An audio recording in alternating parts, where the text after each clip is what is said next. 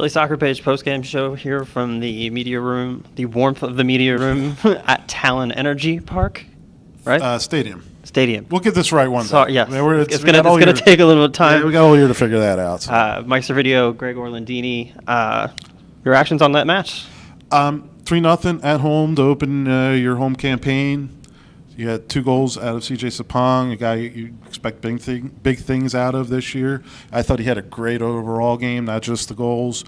The 2 missed saved penalties are a concern. But I thought, and then I thought they played a very good game, which probably should have been a little higher scoring on the Union end, even without the penalties. I thought there's a couple opportunities they could have finished that they didn't.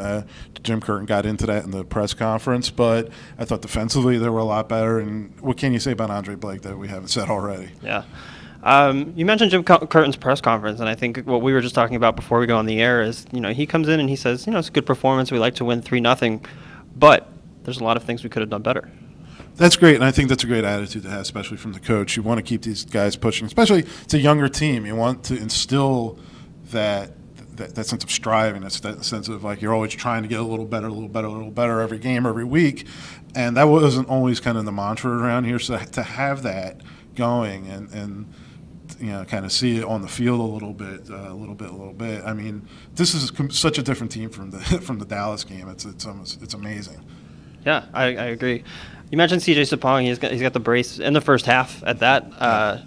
What you thought his performance was? I thought it was terrific. I thought this was one of his best performances as a Union player because, take the goals aside, he just put in the physical work. He was tying up defenders. He was took the punishment out there for sure, but worked well to hold up the play to get other guys involved. And I thought just he had a really consistent, very good game. Yeah. Backline gets the clean sheet. You said Blake, a couple of saves today, probably not as busy as he was in the first 2 games. Yeah. I thought an overall performance that was pretty solid from the Union back. We'll call it the back 5 or 6. Yeah, I think it was a much better defensive performance because even in the Columbus game, you still saw Columbus moving forward with pace and with numbers, which you saw a lot in the Dallas game. But they seemed to cut that down a little bit. And I want to talk about Brian Carroll real quick. I thought he had a better game because he had less responsibility with the ball. He was more able to just kind of settle in, defend, cover the channels, let Warner Creavalle kind of move up and down and kind of cover the space a little more and pick up the ball a little more. So I thought Carroll had a really good game, and Creavalle, I think they're working together. And the midfield just keeps getting better and better. Well, let's talk about the midfield a little bit. This is Roland Alberg's first start. He slots into the central midfield position, pushes Ilsinho out to the right. Chris Pontius stays on the left. How did you think that they played together? What was their interchange like? I thought all 3 played very well. Alberg's not the flashiest guy, but he seems to look for the smart play, always keeps the ball moving, and he's always moving. I thought he slowed down a bit after that hard challenge that he took that resulted in the red card, and he was subbed out about the 56th, 57th minute. Pontius is, he's getting stronger and stronger. Had another really good game. Is very active. Finds a way to get into the box. Finds a way to kind of harass the goalkeeper and to harass defenders. Ilsinho, he's a crafty guy.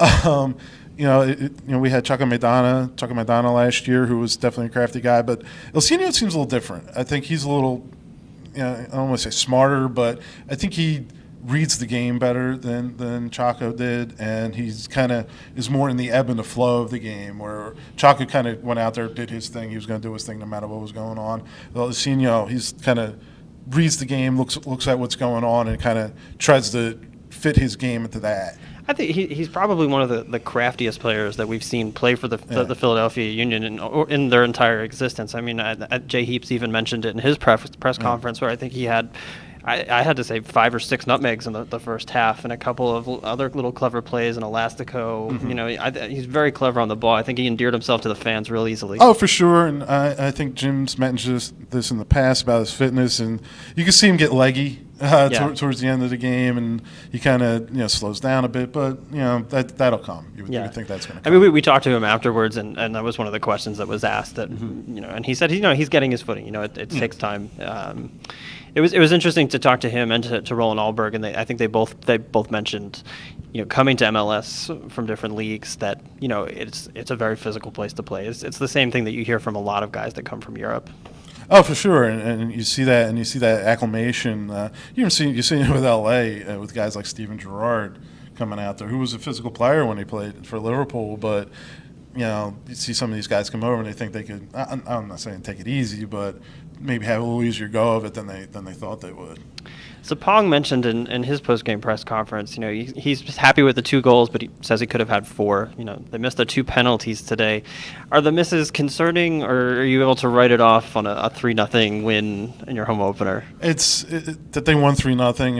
It's not as bad, but they had an opportunity to really put the game away earlier, and Jim Curtin talked about that a lot. And this is the one thing David Beckham used to say, like, penalties aren't saved, they're missed. And I think I think both those guys would probably want their penalties back, especially Latu's. They were both really poor penalties for me. They were. Neither were really good penalties, and the one from Latu really surprised me because he's one of the best spot takers in the game.